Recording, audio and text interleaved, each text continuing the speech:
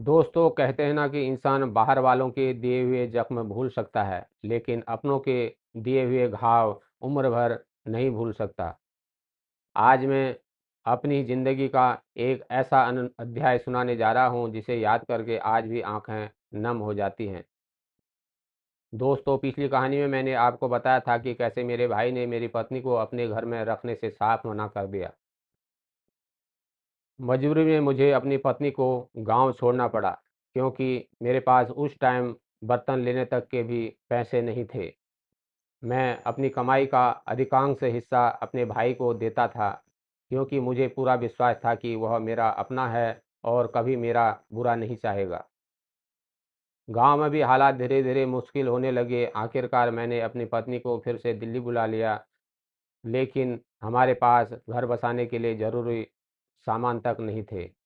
उसी समय भगवान ने हमारी ज़िंदगी में एक ऐसे इंसान को भेजा जिन्हें मैं आज भी श्रद्धा से याद करता हूँ।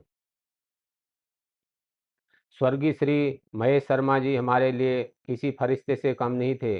उन्होंने हमें किराए का मकान दिलाया, घर का पूरा सामान खरीद कर दिया, हर कदम पर हमारा साथ निभाया। हम उस इलाके में बिल्कुल नए थे, हमें कुछ भी पता नहीं था। मैं मेरठ में नौकरी करता था और घर की पूरी जिम्मेदारी वही संभालते थे। राशन से लेकर छोटी बड़ी ज़रूरतें का ध्यान उन्होंने रखा। जब तक वे हमारे साथ रहे, हमें किसी चीज़ की कोई कमी महसूस नहीं हुई।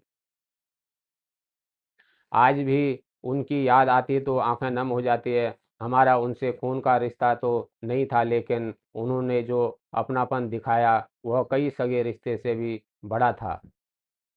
ऐसे नेक इंसान इस दुनिया से बहुत जल्दी चले जाते हैं। अगर आज भी हमारे बीच होते तो शायद हमारी ज़िंदगी कुछ और ही होती। लेकिन दोस्तों, जिस भाई को मैंने अपने आप से भी ज़्यादा माना, उसी ने मुझे ऐसा धोखा दिया जिसकी मैंने कभी कल्पना नहीं की थी। मेरी शादी का अधिकांश खर्च मैंने उठाया। नौकरी शुरू करने के बाद जो भी कमाया वह भी उसी के भरोसे उसे देता रहा। शादी में जो गहने दिए, मुझे कहा गया कि वो सोने के हैं, यहाँ तक कि मंगलसूत्र भी सोने का है। लेकिन बाद में पता चला कि यह चांदी का था, जिस पर सोने की परत चढ़ी हुई थी।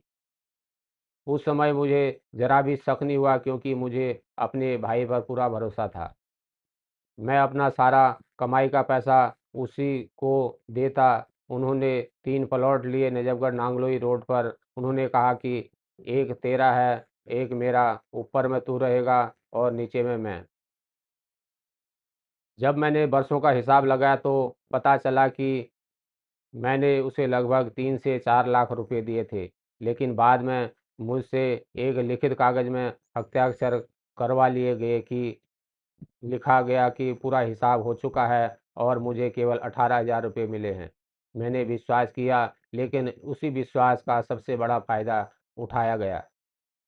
दोस्तों, यही है कलयुग का सबसे बड़ा सच। जब इंसान के सामने पैसा आ जाता है तो कई बार रिश्तों की कीमत छोटी पड़ जाती है। लोग यह भूल जाते हैं कि पैसा दोबारा कमाया जा सकता है, लेकिन एक बार टूटा हुआ विश्वास और रिश्ता फिर पहले जैसा नहीं बनता। आज तक मैंने उससे कोई जवाब नहीं माँगा, कभी यह नहीं पूछा कि मेरे साथ ऐसा क्यों किया, लेकिन रिश्ते इतने बिगड़ गए कि अब लगता है कि सब लोगों के सामने बताना चाहिए। इसलिए नहीं कि मैं किसी को बदनाम करूं, बल्कि इसलिए कि कोई और अपने ही लोगों पर आँख मूंद कर भरोसा करने की गलती ना करे। मेरी ज़िंदगी में ऐसे कई अनकहे अध्याय अभी बाकी हैं। मेरे ऊपर जो आरोप लगाए गए, वे भी मैं आने वाले भागों में एक-एक करके आपके सामने रखूँगा। कहानी लंबी है, इसलिए सब कुछ एक साथ बताना संभव नहीं है। अगर आपको मेरी सच्ची कहानी से कुछ सीख मिल रही है तो इसे ज़रूर साझा करें। आपका एक लाइक, कमेंट, फॉलो मेरे लिए हौसला देता है और मुझे ज़िंदगी के अनकहे सच आपके सामने की ताकत देता है।